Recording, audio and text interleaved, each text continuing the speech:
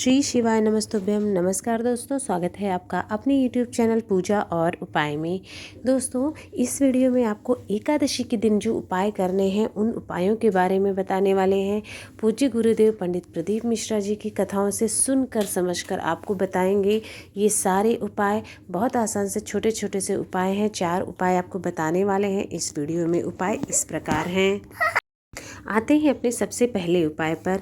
यह उपाय आपको अपने घर की सुख शांति सुख समृद्धि के लिए करना है। ठीक है, अगर घर में नेगेटिविटी ज़्यादा है, नेगेटिविटी से मतलब है लड़ाई झगड़े होते हैं, कोई ना कोई बीमार रहता है, घर में धन की हानि हो रही है, सुख शांति नहीं है, तो फिर आपको अपने पूरे घर के सदस्यों की उन्नति तरक्की के लिए, पूरे घर की सुख समृद्धि के लिए आपको ये उपाय करना है। एकादशी के दिन आपको सबसे पहली चीज़ जो चाहिए होगी वो है शहद। थोड़ा सा शहद लेना है, ज़्यादा नहीं, बूंद भर। अगली चीज़ जो चाहिए होगी वो है काले तिल। थोड़े से काले तिल आपको लेने, बहुत ज़्यादा नहीं, चुटकी भर काले तिल ले लीजिएगा। नेक्स्ट चीज़ चाहिए होगी अक्षत चावल जिसे कहते हैं, वो 7 ले लेना है। अक्षत का मतलब ही है खंडित नहीं होना चाहिए, पूर्ण चावल होना चाहिए। 7 चावल के दाने ले लेने हैं। साथ ही साथ थोड़ा सा जौ ले लेना है, 1 चुटकी भर जौ ले लेना, कोई काउंटिंग नहीं है। ये सारी चीज़ें ले ली। अब आपको क्या करना है, एक पीपल का पत्ता लेना है। इस तरह से पीपल का पत्ता लिया है। अब जो आपने शहद लिया हुआ है, उस शहद को पीपल के पत्ते की जो बीच की डंडी होती है उस पर आपको 7 बिंदियाँ लगानी है, ओम नमः शिवाय कहते हुए। 7 बिंदियाँ शहद से आपने लगा देना है। उसी पीपल के पत्ते पर आपने चावल रखना है, जौ रखना है और तिल, सारी सामग्री इस पीपल के पत्ते पर रखना है और उसको अपने दाहिने हाथ में लेना है। दाहिने हाथ में लेकर के ओम नमः शिवाय जप करते हुए अपने पूरे घर में आपको घूम जाना है। हर जगह, हर कमरे में उस ओम नमः शिवाय मंत्र का जप करते हुए घूमना है। जब आपने घूम लिया तो आपको क्या करना है, वो पीपल का पत्ता उठाना है और आपके घर के आसपास जहाँ कहीं भी नदी सरोवर है, बहता हुआ जल है कहने का मतलब, वहाँ पर जा कर के आपको उसको प्रवाहित कर देना है। अगर बहता हुआ जल नहीं है आसपास कहीं, तब आप उसको किसी भी देव वृक्ष के नीचे, अगर पीपल का वृक्ष हो तो वहाँ पर, या बेल पत्र का पेड़ का वृक्ष है तो वहाँ पर आपको ले जा करके उसको रख देना है, पीपल के पत्ते पर जो सारी सामग्री है। इस उपाय से आपके घर में धन संपदा की कभी कमी नहीं होती है। साथ ही साथ घर की सुख समृद्धि बनी रहनी है। अपनी जब आप प्रवाहित कर रहे हैं या रख रहे हैं तो अपनी कामना, अपनी जो भी इच्छा है घर की सुख समृद्धि की, वो वहाँ पर प्रार्थना करनी है। एकादशी के दिन आपको ये उपाय करना है। घर का कोई भी एक सभी सदस्य उपाय को कर सकता है, सभी सदस्यों के निमित्त। आ जाते हैं अपने दूसरे उपाय पर। बहुत छोटा सा और आसान सा उपाय है ये। आपको अगर कोई सदस्य बीमार रहता है, अक्सर बीमार पड़ जाता है, तो ये आपको कुछ एकादशियों पे करना होगा। एक ही एकादशी नहीं, 4-5 एकादशी पर आप ये ज़रूर कर लीजिए। बहुत आसान सा उपाय क्या है, ये एक काम है। तुलसी माता का हर किसी के घर में होती हैं। एकादशी के दिन तुलसी माता को नहीं छूना है, इसका भी आपको ध्यान रखना है। आपको अगर कहीं आसपास गिरी हुई तुलसी की लकड़ी उस दिन मिल जाती है, अगर उस दिन नहीं तो एक दिन पहले से ही आप सूखी लकड़ी जो होती है उसका इंतज़ाम करके रख लें। आपको तुलसी माता की सूखी लकड़ी चाहिए होगी उस उपाय के लिए। उस दिन नहीं तोड़ना है, पहले दिन, एक दिन पहले आप ले करके रख सकते हैं। ठीक है, ये लेना। अब जो व्यक्ति बीमार है, जब वो अगले नहाने के लिए सुबह जाता है तो उससे पहले उसकी बाल्टी जो होती है, पानी भर लेना है उसमें, और इसी तुलसी की सूखी हुई लकड़ी से ओम नमो भगवते वासुदेवाय इस मंत्र का जप करते हुए 21 बार उसी बाल्टी के जल में आपको घुमाना है। कितनी बार? 21 बार ओम नमो भगवते वासुदेवाय कहते हुए गोल गोल उस लकड़ी को घुमाना है। उसके बाद वो तुलसी की लकड़ी ले जा करके आपको वापस तुलसी के गमले में, पौधे के पास, क्यारी के पास ले जाके डाल देना है।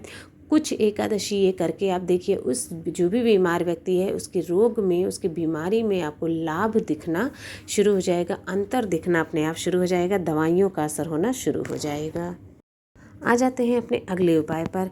अगला उपाय है, अगर आपकी कोई इच्छा है, कोई मनोकामना पूर्ति है, चाहते हैं कि कोई मनोकामना अधूरी है, पूरी हो जाए, इच्छा पूर्ति के लिए उपाय करना चाहते हैं, ये उपाय आपको एकादशी के दिन ज़रूर करना चाहिए। इससे आपके 3 महीने के अंदर आपकी वो इच्छा ज़रूर पूर्ण हो जाएगी। इस उपाय को करने से मात्र 2 या 3 एकादशी इस उपाय को करके देखिएगा।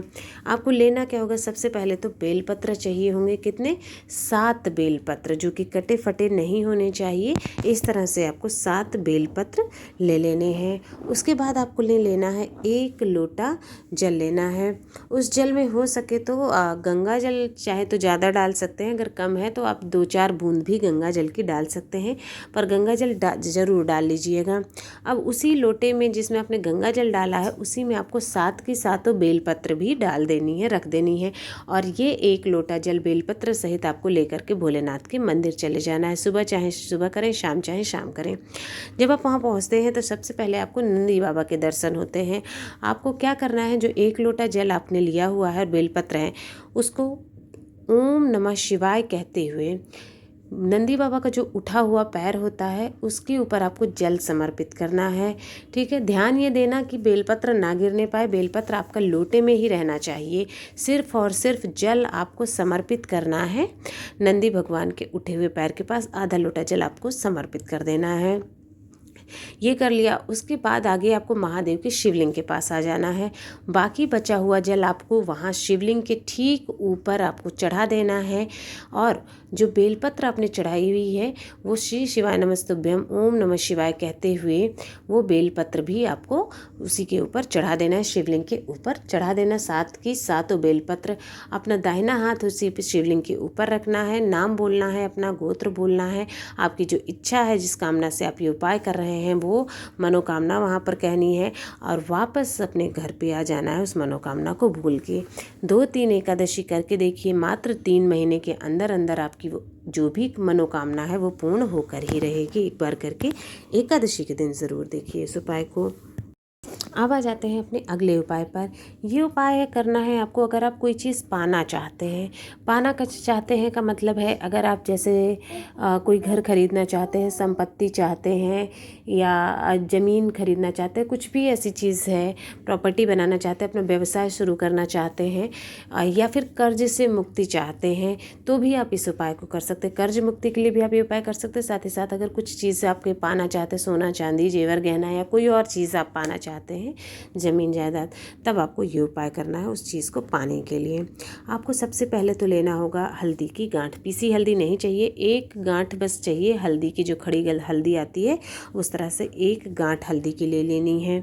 उसके बाद आपको 5 चावल के दाने लेने हैं। अक्षत जो होता है अखंड अक्षत, उस तरह से बिना टूटा हुआ आपको 5 चावल का दाना ले लेना है। थोड़े से काले तिल लेने हैं, 1 चुटकी काले तिल, ज़्यादा नहीं। और साथ ही साथ थोड़ा सा जौ लेना है, 1 चुटकी जौ भी आपको ले लेना है। अब आपको क्या करना है, 1 लोटा जल लेना है, ठीक है, और 1 लोटा जल अपने घर से पूरा भर लेना है। और ये सारी सामग्री जो भी आपने ली हुई है ये सारी सामग्री आपको अपने उसी 1 लोटे जल में डाल देना है, ठीक है। पूरा डाल दिया, श्री शिवाय नमस्तुभ्यम ओम नमः शिवाय कहते हुए सारी सामग्री आपने 1 लोटे जल में डाल दिया। अब आपको 1 लोटा जल लेकर के सुबह चाहे सुबह उपाय कर सकते हैं, शाम चाहे शाम कर सकते हैं। ये लेकर के सबसे पहले तो जाना है पीपल पेड़ के पास, आसानी से हर जगह होता है। आप जब वहाँ पहुँचते हैं तब आपको आपकी जो पाना चाहते हैं वो मनोकामना कहती है और आधा लोटा जल, आधा लोटा मात्र पिपलेश्वर महादेव का नाम लेते हुए वहाँ पर चढ़ा देना है। आधा लोटा जल चढ़ा दिया, अपना नाम बोला, गोत्र बोला, मनोकामना बोली कि ये चीज़ पाना चाहते हैं, और उसके बाद आधा लोटा जल लेकर के आपको चले जाना है वट वृक्ष के पास, ठीक है, जो बरगद का पेड़ होता है। वट वृक्ष कर्ज मुक्ति में बहुत लाभप्रद होता है, आपको ये उपाय ज़रूर करना चाहिए। तो आप आधा लोटा जल लेकर के आपको वट वृक्ष के पास पहुँच गए और वहाँ पर आपको वटकेश्वर महादेव का नाम लेते हुए वो जल बाकी का आपको चढ़ा देना है। अंत में अपना नाम बोलना है, गोत्र बोलना है, अपनी जो इच्छा है, मतलब जो चीज़ आप पाना चाहते हैं वो आपको वहाँ पर व्यक्त करनी है। बस इस उपाय में ध्यान रखना है आपको कि कितने एकादशी पर आप करेंगे। 2 एकादशी, 3 एकादशी आपको पहले ही सोच के रखना है। 4 या 5 एकादशी आप ये कर लीजिएगा। आप देखेंगे ये उपाय करके 3 महीने में आपका जो भी चीज़ है वो आपका पूर्ण होकर के रहेगी, आपकी कामना जो चीज़ आप पाना चाहते हैं। बस ध्यान करना, जैसे आपने 4 मंगल, अगर आप 4 एकादशी का सोचे हैं तो आपको चौथी एकादशी या 5वीं एकादशी के दिन वहाँ से थोड़ी सी मिट्टी लेनी है वट वृक्ष के पास से और उसको अपने घर में ला के रख देना है। आसान सा उपाय है। आपका जब तक मिट्टी उधर है तब तक वो मनोकामना पूर्ण नहीं हो जाती, तब तक वो मिट्टी वहाँ रखनी है। जब कामना पूर्ण हो जाए तो मिट्टी हटा देनी है।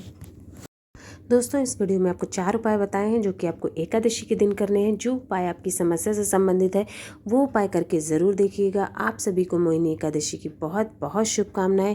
भगवान विष्णु और भोलेनाथ भगवान की कृपा आप पर, आपके परिवार पर सदैव बनी रहे। श्री शिवाय नमस्तुभ्यम। हर हर महादेव।